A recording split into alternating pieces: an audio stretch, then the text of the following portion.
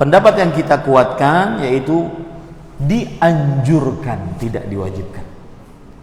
Dianjurkan untuk menikah. Ini pendapatnya Imam Abu Hanifah dan sebagian dari ulama bermazhab Syafi'i, dan juga pendapatnya sebagian dari murid-murid Imam Malik. Dan ini adalah perkataan para sahabat Nabi radhiyallahu anhu. Dan ini perbuatan mereka. Ya, ini perbuatan mereka, bahwa hukum menikah bagi yang sanggup menikah tetapi tidak takut terperosok ke dalam perzinahan, hukumnya hanya dianjurkan. Ya, hukumnya. Ini sering ini permasalahan sering bisa menjawab pertanyaan yang sering ditanyakan. Ustadz, saya ingin belajar di pesantren, ingin kuliah, saya sanggup untuk menikah, tapi saya ingin belajar di pesantren, bagaimana hukumnya? Maka dilihat, kalau dia sanggup tetapi masih bisa menahan, maka hukumnya hanya dianjurkan, maka tidak diwajibkan. Nah, ini pendapat yang kita kuatkan para ikhwan yang dirahmati oleh Allah Subhanahu wa taala. Salah satu dalilnya atas pendapat ini adalah hadis riwayat Imam Abu Daud dari sahabat Nabi Ma'qil bin Yasar radhiyallahu an, Nabi Muhammad sallallahu alaihi wasallam bersabda, "Tazawwajul wadud al-walud, fa inni mukathirun bikumul umama." Menikahlah kalian dengan wanita-wanita yang romantis dan banyak memiliki anak. Sesungguhnya aku berbangga dengan jumlah yang banyak dari kalian. Nah, ini para ikhwan yang dirahmati oleh Allah Subhanahu wa taala. Ini menunjukkan bahwa dalil ini hukum menikah bagi yang sanggup menikah tetapi tidak takut, tidak khawatir terhadap dirinya terperosok ke dalam perzinahan, maka hukumnya apa? Sunnah, dianjurkan saja. Baik. Permasalahan selanjutnya, jika hukum menikah bagi yang benar-benar sudah tidak tahan menahan syahwat tapi tidak punya biaya, ya, tapi tidak punya biaya. Hukum menikah bagi yang benar-benar sudah tidak tahan menahan syahwat tetapi tidak punya biaya, apa hukumnya? Boleh menikah, tidak dimakruhkan untuk menikah, boleh menikah. Lalu bagaimana caranya? Nggak punya biaya, ngapain? Berhutang agar bisa menikah. Imam Ahmad rahimahullah berkata, "Yambaghi lirrajul an yatazawwaj." Semestinya laki-laki menikah. Fa in kana 'indahu ma yunfiq anfiq, wa in lam yakun 'indahu sabar. Kalau seandainya dia memiliki nafkah untuk menikah, memiliki harta untuk menikah, maka dia gunakan harta tersebut. Kalau dia tidak menikah, maka hendaklah dia menahan dirinya. Tapi kalau seandainya dia berhutang, boleh. Apa dalilnya? Nabi Muhammad SAW pernah mendapati seorang sahabat ingin menikah, lalu tidak memiliki apa-apa untuk mahar, nggak memiliki apa untuk mahar. Dia hanya memiliki cincin dari besi. Itu pun dia tidak miliki cincin dari besi. Maka Rasulullah SAW akhirnya menikahkan dia dengan apa yang dia bisa dari mengajari istrinya bacaan Al-Quran. Itu yang dia bisa. Maka ini menunjukkan bahwasanya kalau seorang laki-laki sudah tidak sanggup untuk menikah tapi nggak punya biaya, maka boleh menikah, tidak makruh. Dia mungkin meminjam uang untuk menikah, nanti dia kembalikan agar tidak terperosok ke dalam perzinahan. Ini para ikhwan yang dirahmati oleh Allah Subhanahu wa taala. Dalilnya apa? Surat An-Nisa, surat An-Nur ayat 32.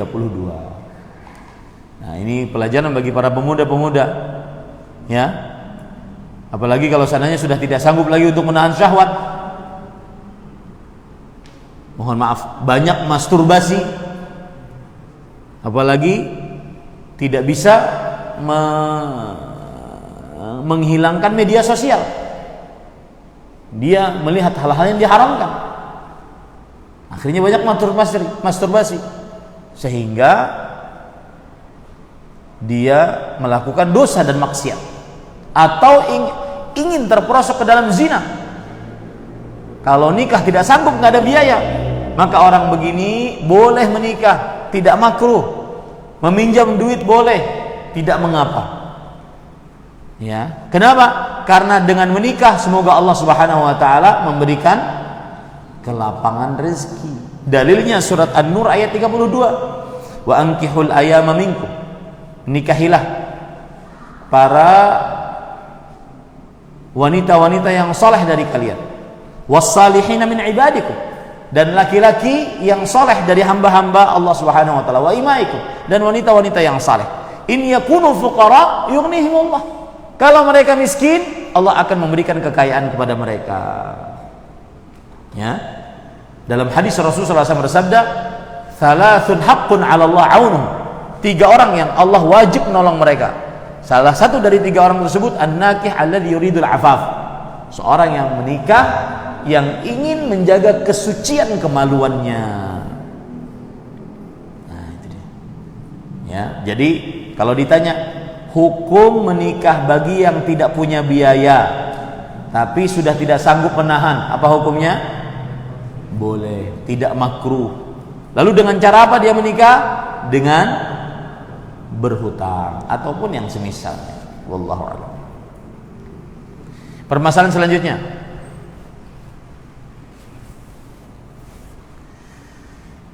kebalikannya ini, punya uang tapi nggak ada syahwat, wajib nggak menikah? Nah, ada tuh laki-laki umur 40-an, 30-an, kayaknya nggak punya syahwat kepada perempuan gitu. Tapi dia kaya, wajib nggak menikah? Paham masalahnya ini? Taib. Pendapat yang dikuatkan adalah yaitu mubah bagi dia untuk menikah. Mubah artinya boleh, tidak dikatakan wajib, tidak dikatakan sunnah. Mubah bagi dia untuk menikah. Punya uang, punya biaya, tapi apa? Tidak ada syahwat. Jangankan gemetar, syahwat aja nggak ada. Malas nikah, malas nikah. Entah faktornya macam-macam ya.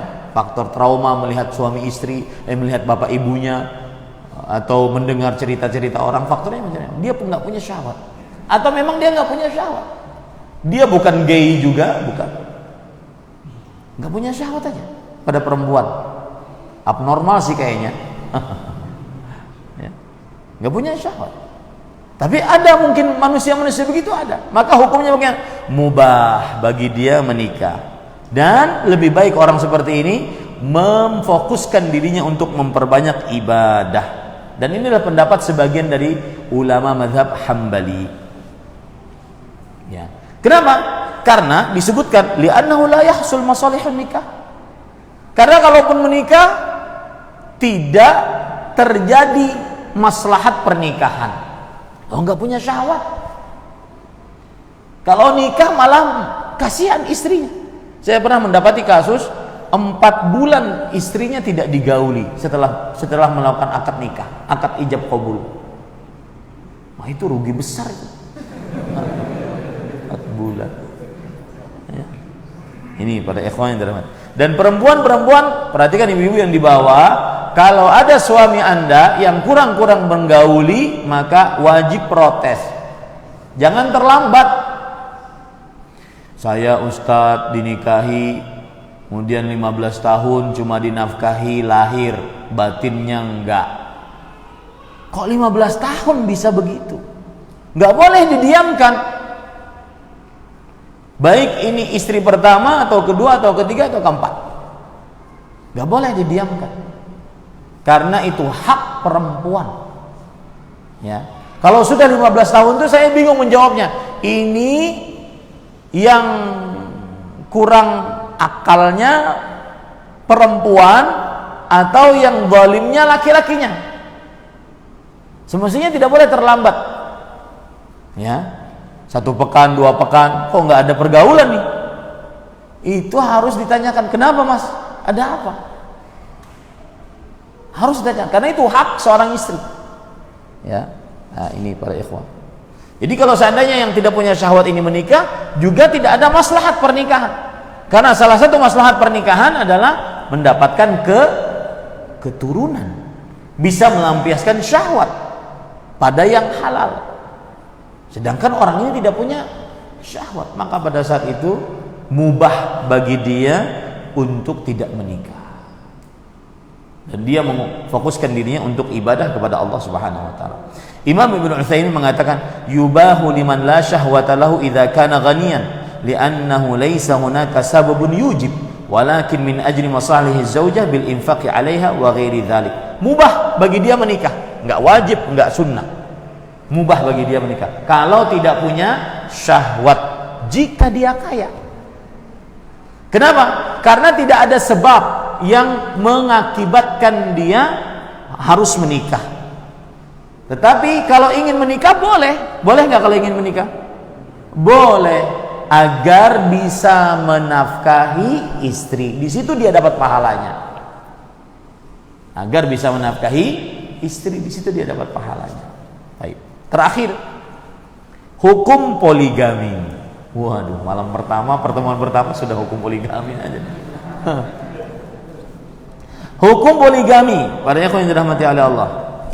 Terjadi ikhtilaf di antara para ulama. Saya sebutkan nih 2 pendapat ini. Kalau tadi kan kita kuatkan saja.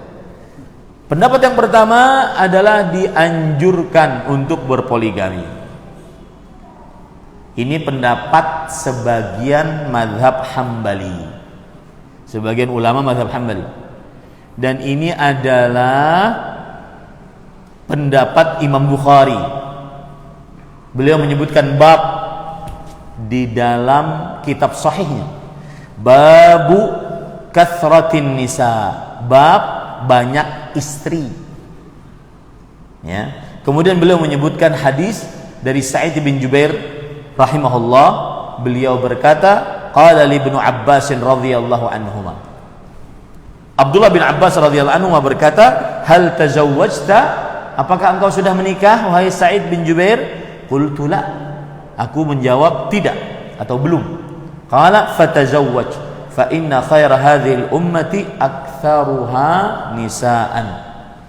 Nikahlah, sesungguhnya umat yang paling terbaik dari umat Islam yang paling banyak istrinya.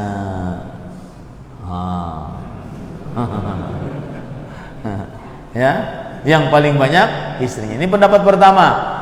Pendapat yang kedua adalah dianjurkan untuk tidak menambah dari 1 jika sudah bisa menjaga kesucian. Dianjurkan untuk tidak menambah dari 1 istri jika sudah bisa menjaga kesucian.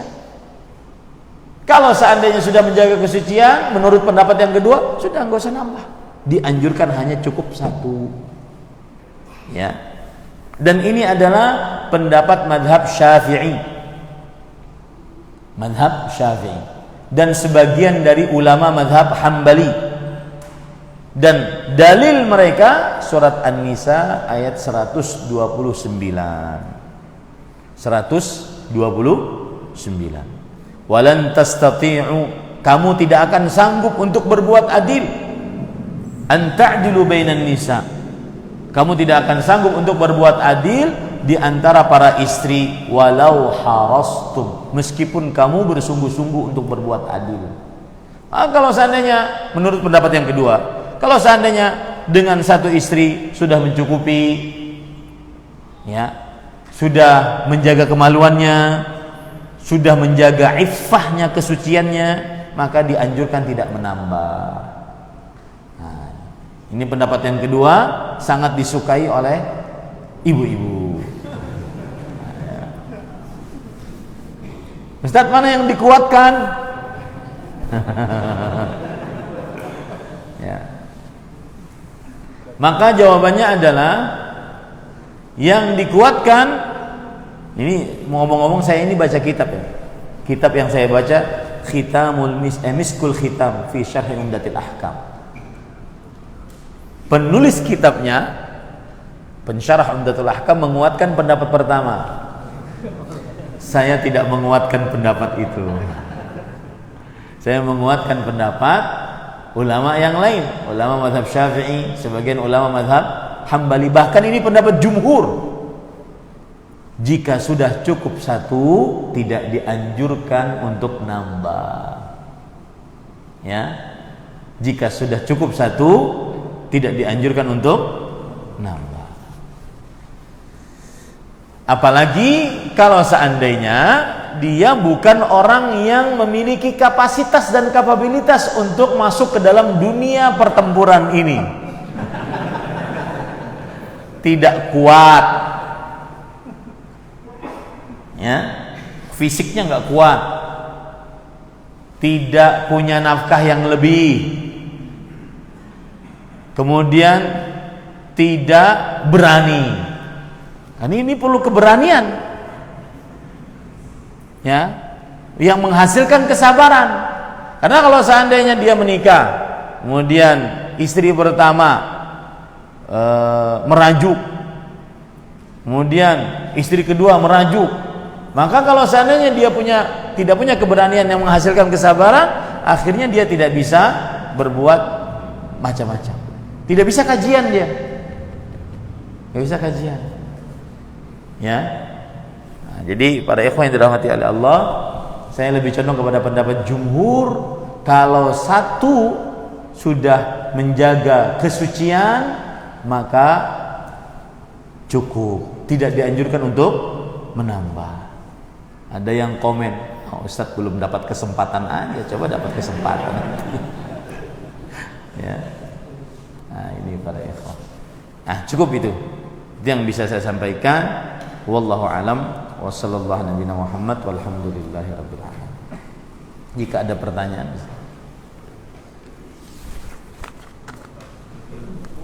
Oh.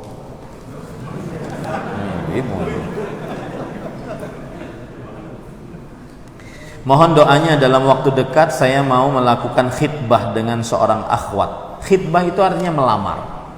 Akhwat itu perempuan. Ya. Perempuan, baik yang sudah ngaji, yang belum ngaji, itu namanya akhwat. Ya. Kalau sudah tua, ibu-ibu. Iya, kadang-kadang ya yang sudah ngaji disebut akhwat, yang belum ngaji disebut perempuan. Sebenarnya sama saja ya. Pertanyaannya, kita berdoa dulu dengan nama-nama Allah yang husna, sifat-sifat yang mulia. Semoga yang ingin menikah dimudahkan oleh Allah Subhanahu wa taala dan diberkahi oleh Allah Subhanahu wa taala. Pertanyaannya, apa saja yang hendak saya tanyakan pada saat waktu melamar? Kalau mau melamar, ini enggak bertanya lagi. Ya, karena berarti sudah melalui proses pertama, yaitu nazar, mencari data. Dan Rasul sallallahu alaihi wasallam kan ketika beliau memerintahkan Abdurrahman bin Auf, fanzur ilaiha fa innahu ahra an yu'dama bainakuma. Lihat kamu sana. Sesungguhnya itu lebih mengekalkan hubungan kalian berdua kalau kalian jadi nikah. Nah inilah istilahnya proses nazar, mengumpulkan data. Si perempuan ngumpulin data, si laki-laki ngumpulin data. Ya, saya dulu ngumpulin datanya bagaimana? Kan saya masih kuliah tuh, ngumpulin datanya dari teman saya, Ustadz Arif namanya. Ustadz Arif nanyain ke istrinya. Istrinya Ustadz Arif ini adalah ustazah istri saya. Waktu itu di pesantren. Jadi mencari datanya susah. Ya. Karena kita nggak mau telepon-teleponan sama orang yang juga nggak mau ditelepon. Apalagi sampai video call. Ya. Jadi kemudian beliau kalau ingin data juga nanyakan ke ustazahnya, nanyakan ke suaminya baru saya jawab. Begitu lama. Setelah proses kira-kira saya sudah bisa membayangkan nih. Oh tingginya sekian, oh berat badannya sekian, oh rambutnya sekian. Kan belum lihat nih, data doang. Oh keinginan, kesukaannya ini dan seterusnya. Baru saya berdoa kepada Allah. Berdoa. Dan jangan lupakan doa. Kalau pengalaman pribadi, istri sekarang ini adalah hasil doa di Arafah. Karena saya katakan tadi kan, umur 27 saya sudah nggak tahan. Doa di Arafah, ya Allah saya mau nikah, kasih saya, mau nikah saya. Kelar haji, pulang ke kota Madinah, kembali ingin kuliah, ada tawaran. Saya bilang, ayo proses. Nah itu berarti pengabulan doa saat di Arafah. Kemudian baru tukar data. Setelah kira-kira cukup apa yang kita ingin tanyakan, maka kemudian setelah itu proses selanjutnya nazar, melihat. Saya ingin melihat orangnya. Datanya kan sudah kita dapat, ingin lihat orangnya. Nah, ketika melihat harus ada walinya, mahramnya, mahram si perempuan tersebut. Saya panggil bapaknya. Pak, saya ingin lihat. Sudah lihat. Nah, itu semestinya waktu itu bertanyanya. Kalau sudah khitbah nggak usah nanya-nanya lagi. Ya, kalau sudah melamar itu yang dibicarakan adalah kapan pernikahan. Ya, kapan akad nikahnya? Diterima atau tidak lamarannya ini? Kalau sudah diterima baru tentukan tanggal. Jadi proses bertanyanya ini waktu nazar, waktu mengumpulkan data. Begitu. Waktu nazar, waktu ngumpulin data. Nah. Dan nazar macam-macam yang bisa dilihat. Boleh melihat wajahnya saja, mencukupkan dengan wajah, boleh. Boleh melihat rambutnya, boleh melihat telapak tangannya, boleh. Kalau saya waktu itu melihat wajah, kemudian rambut, ya, jangan botak nih. Ya, rambut, kemudian setelah itu melihat telapak tangan. Telapak tangan juga nggak kelihatan karena dia begini, menjulurkan tangan tapi tangannya begini. Dan juga nggak terlalu kelihatan karena kan nazarnya di pesantren. Ya, nggak seperti ini banyak lampu. Nazarnya di bawah lampu 5 watt. Tapi ibu saya ngelihat. Habis itu saya tanya ke ibu, pas sudah selesai keluar, saya tanya, saya kan belum puas. Gimana tadi? Pokoknya sip sudah. Nah, sudah. Kalau ibu sudah bilang sudah ya sudah. Ya, seperti itu. Nah, jadi mau nanya-nanya itu pas nazar. Adapun melamar, yang ditanyakan adalah apakah menerima lamaran saya. Itu yang ditanyakan. Setelah, oh iya menerima. Kalau saya dulu karena melamarnya itu pas waktu liburan musim panas cuma 3 bulan. Maka saya langsung bilang ke mertua saya waktu itu, calon, saya ini Pak mau menikah, sudah tidak sanggup lagi. Kalau seandainya Bapak menerima lamaran saya, maka kita segera tentukan tanggal pernikahan. Kalau tidak menerima tidak apa, saya akan berjuang ke yang lain. Laki itu laki gitu. Ya kan? Dan tidak kenal sama sekali, pacaran nggak ada, kenal nggak sama sekali. Taib. Wallahu a'lam. Bagaimana hukum melamar seorang wanita? Misalkan melamar bulan Dzulqa'dah, tetapi ijab kabulnya di bulan Syawal. Nggak apa-apa, asalkan setelah melamar tidak ada hubungan yang dianggap maksiat dalam syariat Islam. Seperti berdua-duaan, telepon-teleponan, kemudian video callan. Boleh saja melamar bulan Dzulqa'dah, nikahnya Syawal, tidak mengapa. Tapi harus tahan, tidak boleh berhubungan, tidak boleh berpacaran. Oh ini kan tunangan, ini lamaran saya. Nggak ada, kan belum. Selama janur kuning belum ada, tidak sah. Ya, selama belum ada ijab qabul, maka tidak sah untuk dihubungi. Nah, seperti itu. Allahu a'lam. Bagaimana hukumnya jika biaya pernikahan itu patungan antara pria dan wanitanya? Maka jawabannya ini dikembalikan kepada urf, kembalikan kepada kebiasaan manusia di daerah tersebut. Ya, di daerah tersebut. Dan Rasulullah SAW bersabda, khairun nisa aisaruna mahunna. Sebaik-baik wanita adalah yang paling mudah biaya pernikahannya. Paling mudah biaya pernikahannya. Sudah. Jangan terlalu berat. Karena yang paling utama adalah setelah pernikahan. Kadang-kadang kita ingin tampil di hadapan orang, tapi setelah pernikahan melarat. Ya, ini tidak benar cara berpikirnya. Dan perkataan orang tidak akan selesai. Perkataan orang tidak akan selesai. Tetapi carilah ridha Allah. Karena ridha Allah itu yang akan menyelesaikan. Itu yang paling puncak tinggi. Saya beri contoh ya. Abdullah bin Salam masuk Islam tanpa diketahui oleh orang Yahudi. Dia ini pemuka Yahudi, Abdullah bin Salam. Wahai Rasulullah, saya yang paling khawatirkan dari kaum Yahudi adalah mereka itu kaum buhtun, orang yang suka bohong, dusta besar. Bagaimana itu wahai Rasul? Bagaimana itu kata Rasulullah SAW? Coba sekarang engkau panggil kaum Yahudi, lalu tanyakan tentang aku. Panggillah Yahudi. Bagaimana menurut kalian Abdullah bin Salam? Wah, khairuna wa ibnu khairina. Dia orang terbaik di antara kita. Karena orang Yahudi belum tahu dia masuk Islam. Orang terbaik di antara kita. Anak dari orang terbaik di antara kita. Artinya orang tuanya juga yang paling baik di antara kita. Kata Rasulullah SAW, kaifa law aslam? Bagaimana kalau dia masuk Islam? Na'udzubillah, kami berlindung kepada Allah. Kata dia. Gak mungkin dia masuk Islam.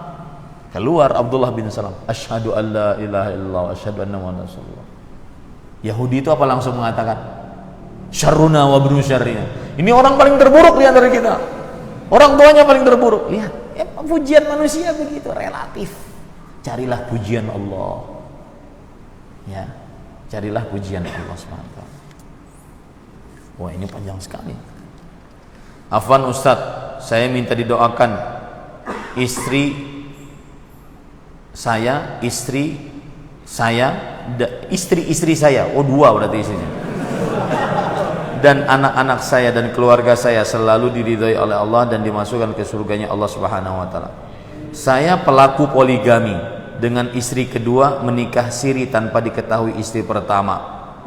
Bagaimana hukumnya? Hukumnya boleh, tetapi wajib adil. Boleh. Tidak wajib memberitahu kepada istri yang pertama, tetapi lebih baik diberitahu. Karena tidak mungkin dia bohong terus. Mau keluar kota ya, setiap Rabu keluar kota. Gak mungkin dia bohong terus. Dan saya nasihatkan kepada ibu-ibu, terutama para jandaisme yang ingin dipoligami oleh kawan-kawan muslimin laki-laki, maka lebih baik minta kepada mereka agar memberitahukan kepada istri pertama, dan agar nikah dengan catatan sipil, bukan dengan nikah siri. Kalau dia berani, insya Allah nafkahnya terjamin, dilakukan dengan adil. Karena banyak sekali ratusan yang ngadu, Ustadz, saya hasil pernikahan siri, sekarang ketika suami sudah diketahui oleh istri pertama saya ditinggal, habis manis sepah dibuang. Ya karena nikah siri tadi, kekuatan secara hukum mengikatnya itu kecil sekali. Yang bisa mengikatnya cuma iman, cuma takut kepada Allah Subhanahu wa taala saja. Nah kalau ditanya boleh nggak? Boleh, tapi lebih baik diberitahu kepada istri pertama agar bisa adil. Bagaimana bisa adil kalau seandainya dia tidak memberitahu? Apakah salah, dan kalau saya kasih tahu khawatir terjadi perceraian Ustadz, padahal saya butuh banget karena syahwat saya tinggi Ustadz. Bagaimana solusi ke depan? Maka jawabannya beritahu. Masalah perang dunia kelima itu tanggung masing-masing. Ada barang, ada harga. Ya, ada barang, ada harga. Tanggung. Berani dong gentle, masa nggak berani? Ya, nikah berani, tapi menghadapi nggak berani. Ya, nah itu. Harus beritahu, karena wajib adil. Kalau tidak nanti di hari kiamat miring. Ya. Kemudian harus diberitahu itu juga karena nanti ketika si suami ini meninggal, maka istri kedua yang siri tadi dengan anak-anaknya itu dapat harta waris. Nah ini bahayanya nih. Secara hukum syar'i kalau tidak diberitahu nanti dia tidak akan mendapatkan harta waris, menzalimi istri, menzalimi anak-anak. Itu kezaliman di atas kezaliman. Makanya wajib diberitahu kepada istri pertama. Ya, minta maaf. Sebagian ada yang mengatakan minta izin dulu Ustaz sebelum minta maaf. Ada yang mengatakan minta maaf daripada minta izin. Ya udah pilih aja mana yang kuat. Ya. Nah, seperti itu. Apa hukumnya kalau istri pertama diajak berhubungan dan tidak mau berhubungan karena saya tidak mau dikeluarkan di dalam air karena saya masih mau menunda kehamilan karena faktor istri mempunyai penyakit. Istri mau punya anak sedangkan saya belum siap karena istri pertama ada penyakit. Nah, ini dilihat maslahatnya. Ya, dilihat maslahatnya. Pergi ke ahlinya. Apakah memang kalau seandainya seorang istri yang pertama ini jika dia hamil dia akan berbahaya terhadap nyawanya ataupun anaknya, maka kalau seandainya berbahaya terhadap nyawanya ataupun nyawa janinnya nanti, maka pada saat itu tidak mengapa dia mengeluarkan yang di luar yang disebut dengan azl. Ini dilihat maslahatnya. Ya, dilihat maslahat. Allahu a'lam. Saya membawa keponakan saya yang akan menikah Sabtu 18 Juni 22. Tolong diberi nasihat untuk keponakan saya karena umurnya baru 21 tahun. Keponakan saya perempuan dan calon suaminya sama-sama 21 tahun. Keduanya ada di majelis ini. Mereka masih sama-sama emosian dan saling kasar kalau bicara. Mana orangnya?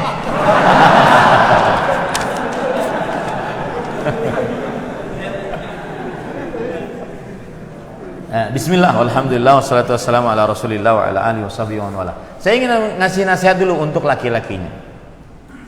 Laki-laki wajib sabar, lebih sabar daripada perempuan. Karena semua dalil-dalil tentang berbuat baik di dalam keluarga kebanyakan dari laki-laki kepada perempuan. Wa'ashiruhunna bil ma'ruf, gaulilah wahai kalian para suami istri-istri kalian dengan baik. Istausu bin nisa'i khairan, aku wasiatkan kalian wahai para suami agar berbuat baik kepada perempuan. Semua dalil-dalil syar'i menunjukkan redaksinya kepada suami lebih besar agar berbuat sabar kepada istri. Ya, itu satu. Yang kedua, harus memahami betul bahwa pernikahan ini ibadah dan akan dimintai pertanggungjawaban. Pernikahan ini adalah ibadah dan akan dimintai pertanggungjawaban oleh Allah Subhanahu wa taala. Dan yang ketiga, wajib untuk menafkahi istri sesuai dengan kemampuan. Tidak mesti harus 5 juta per bulan, 3 juta per bulan, enggak, sesuai dengan kemampuan, tetapi wajib menafkahi. Ya. Nah, itu 3 poin. Yang pertama, harus lebih sabar. Yang kedua, ingat bahwa pernikahan ini adalah ibadah, dimintai pertanggungjawaban kelak di hari kiamat. Yang ketiga, apa tadi? Wajib menafkahi. Meskipun perempuannya, istrinya dari kalangan orang kaya. Nafaqatu zauj ala zaujatihi wajibah wa in kanat musirah. Para ulama berijma, suami memberikan nafkah kepada istrinya wajib meskipun sang istri kaya raya. Kenapa? Karena dengan itu sang suami menjadi qawwam, pemimpin di rumah tangga. Saya pernah Pak, kajian diundang gubernur waktu itu di sebuah kepulauan di daerah Sumatera, yang hadir kepala-kepala dinas. Kemudian saya sebutkan permasalahan ini. Pas waktu sesi pertanyaan, ada kepala dinas perempuan mengatakan, betul Ustaz, yang Ustaz katakan itu betul. Saya tidak perlu suami, gaji saya lebih banyak daripada dia. Ya, terhina. Laki-laki yang tidak bekerja, yang tidak ngasih nafkah itu terhina. Saya nggak butuh dia. Saya perlu dia hanya karena saya agar tidak berzina. Kapan saya ingin melampiaskan syahwat, saya mau melayaninya. Kalau enggak. Ya, makanya nafkahi, kerja. nafkahi istri. Ya, ini para ikhwan yang dirahmati Allah. Wallahu a'lam. Sedangkan nasihat untuk perempuannya, maka nasihatnya adalah berbaktilah kepada suami. Belajar, dan itu harus belajar agar bisa melayani suami. Demi Allah, melayani suami lebih berpahala dibandingkan mengerjakan amalan-amalan sunnah lainnya. Kalau dibanding antara melayani suami dengan sholat qabliyah ba'diyah, kalah sholat qabliyah ba'diyah dibandingkan melayani suami. Ya, melayani suami. Seorang anak perempuan tidak mau menikah, lalu ditanya oleh Rasulullah SAW, "Lima, mengapa engkau tidak mau menikah?" Kata anak perempuan tersebut di hadapan bapaknya, "Saya tidak mau menikah sampai engkau memberitahu apa hak suami terhadap saya, apa kewajiban istri terhadap suaminya." Kata Rasulullah SAW, kewajiban istri terhadap suaminya, hak suami terhadap istrinya, kalau sang suami mempunyai luka lalu bernanah, kemudian sang istri menjilatnya dan menelan nanahnya, belum selesai menunaikan hak suami. Saking besarnya hak suami terhadap istri. Maka saya nasihatkan orang tuanya ngajari itu bagaimana melayani suami. Saya punya pesantren perempuan, tahun ini baru dibuka. Hafal Quran enggak? Saya enggak terlalu excited untuk perempuan menghafal Quran banyak-banyak. Ya. Cukup 5 juz. Dia bisa ngajar anaknya, yang penting dia bisa ngajar anaknya. Dan yang paling utama, kita kuatkan bagaimana dia bisa menservis suaminya. Bagaimana bisa menservis? Karena kadang-kadang ada hafal Quran, hafal hadis, ya, ketika tidur dia di samping suaminya bau dari sekujur tubuh sampai dari ujung rambut sampai ujung kaki bau. Gimana mau suaminya senang? Tidak bisa memasak, tidak bisa mencuci pakaian, tidak bisa melayani suami dengan sebaik-baiknya. Ya. Ini para ikhwan. Jadi jangan tertipu dengan pesantren perempuan hafal 30 juz. Itu bagus kalau seandainya dia nanti jadi pimpinan pesantren, bagus. Jadi ustazah itu bagus. Tapi kalau ujung-ujungnya dia di dapur, dia ibu rumah tangga, dia istri, maka itu yang harus kita lihat. Paham maksud saya? Maka ajari itu. Yang kedua, jangan pernah remehkan pergaulan di atas ranjang. Kalau suami minta, maka layani. Kecuali kalau sudah tidak sanggup lagi, layani. Meskipun ngantuk. Rasulullah SAW pernah bersabda, "Wa in kanat 'ala tanur", meskipun sang istri sedang membakar roti. Ini panggangan roti itu kan tidak bisa ditinggal. Kalau ditinggal, gosong rotinya. Tapi kalau suami lagi manggil, "Yang, ayo yang", maka tinggalkan tuh roti, gosong biarin. Ya. Ada lagi disebutkan dalam hadis bahwasanya meskipun dia di atas tempat duduk, kursi duduk di atas onta. Ada khilaf antara makna hadis ini. Ada yang mengatakan bahwasanya meskipun sang istri sedang hamil, kemudian dia ingin melahirkan, lalu, mohon maaf ya ini agak vulgar sedikit, lalu sang suami melihat naik syahwatnya, ingin menggaulinya, maka layani. Sang anak mau keluar, yang satu mau masuk, layani itu. Jangan remehkan urusan di atas ranjang. Makna yang lain itu kan tempat duduk. Saya lupa lafaz hadisnya dalam bahasa Arab. Tempat duduk adalah tempat duduk yang digunakan oleh perempuan di atas onta. Artinya gini, ketika perempuan sudah naik ke atas onta, kemudian sang suami melihat dari bawah, imajinasinya melayang tuh, kayaknya di atas onta asik nih. Itu layani.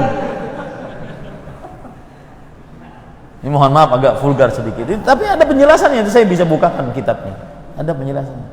Jangan remehkan urusan di atas ranjang. Hehe, ketawa katanya. Biasanya belum nikah kayaknya tuh. Ya, sudah ya. Baik. Yang ketiga, nasihat kan tiga-tiga ya. Nasihat untuk perempuan adalah perhatikan penampilanmu di hadapan suamimu. Penampilan. Kalau nanti jadi akad nikah, kemudian itu kan perempuan berdandan habis, ya, saat akad nikah itu, maka usahakan seperti itulah di setiap malammu di hadapan suamimu. Wah, capek Ustaz. Itu syarat utama agar suami tidak melirik yang lain dalam hubungan yang haram. Kalau hubungan ingin poligami, ya mau diapakan lagi.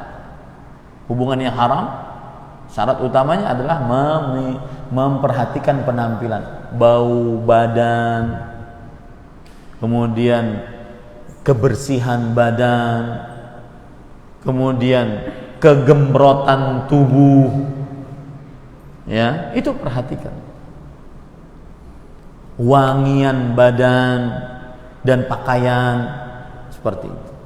Sebagian perempuan sekarang kalau sudah keluar rumah luar biasa dandanannya, tapi di hadapan suami dihapus semua dandanannya, ya. Nah, ini tidak benar. Di hadapan suami kalau mau tidur, roll sini, roll sini, roll sini. Kemudian penutup masker ini. Kemudian ada apa namanya? Mentimun sini. Suaminya suka nonton TikTok yang cantik-cantik. Pas ngelihat, ini kan dunia maya. Pas ngelihat dunia nyata, kok begini bentuknya? Mana ada keharmonisan? Ya, wallahu a'lam. Idealnya menikah umur berapa? Jawabannya adalah siapa yang sanggup menyetubuhi dan menafkahi. Dan apakah bisa seorang menikah dan pada saat bersamaan dia kuliah? Bisa saja, tidak ada yang menghalangi akan hal itu. Allahu a'lam. Mohon doanya Ustaz agar suami dan anak laki-laki saya mengerjakan sholat dengan istiqamah. Semoga seluruh keluarga kita diberkahi oleh Allah Subhanahu wa taala. Mohon doanya juga saya lulus seleksi PPG dan mendapat keberkahan. Semoga Allah Subhanahu wa taala memberkahi seluruh niat baik. Ini yang bisa kita sampaikan. Mohon maaf kalau seandainya pengajian pertama ini terlalu panjang, ya. Saya tidak tahu, nanti mungkin panitia memberitahu saya, Ustaz cuma sampai jam segini. Saya nggak tahu karena nggak ada Ustaz cukup gitu. Ya. Tapi dia semakin malam semakin hot, jadi ya gitu. Kita cukupkan dengan kafaratul majlis. Subhanakallahumma hamdika asyhadu an la ilaha illa anta astaghfiruka wa atubu ilaik. Sallallahu nabiyana Muhammad walhamdulillahirabbil alamin. Wassalamualaikum warahmatullahi wabarakatuh.